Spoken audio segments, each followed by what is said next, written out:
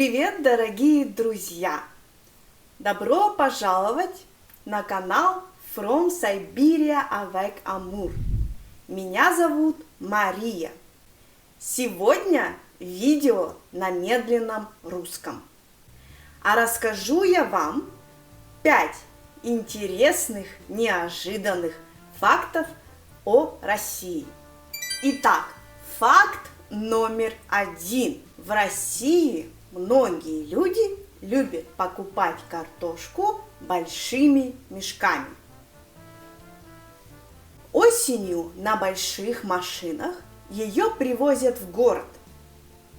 Но также такие мешки можно найти и в супермаркетах.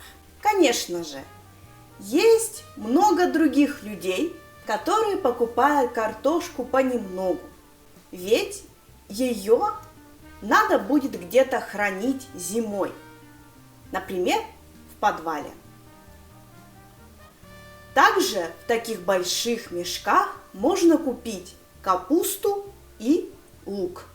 Факт номер 2. Если мы живем в своем доме, то у нас есть подвал. Но что если мы живем в многоэтажном доме? Тогда мы можем купить погреб, то есть пространство под землей. Такие погреба рядом с многоквартирными домами делали в СССР.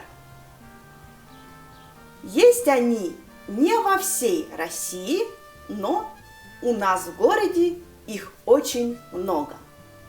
Факт номер 3. Еще одна вещь, которая осталась со времен СССР, это деревья. Точнее, дерево тополь. Тополя очень любили садить в городах. У этих деревьев есть много достоинств, но одним из главных недостатков является пух, в котором находятся семена тополя. Пух появляется летом и летает абсолютно везде.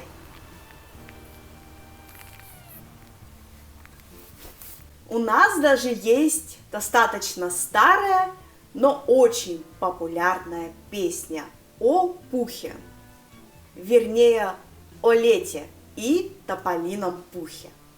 Тополиный пух, жара, июль, ночи такие теплые. Факт номер 4. И снова о деревьях. В России весной принято красить стволы деревьев, но не краской, а белой известью. Специалисты много спорят, есть ли в этом какой-нибудь смысл. Но белые деревья можно встретить до сих пор. Факт номер 5.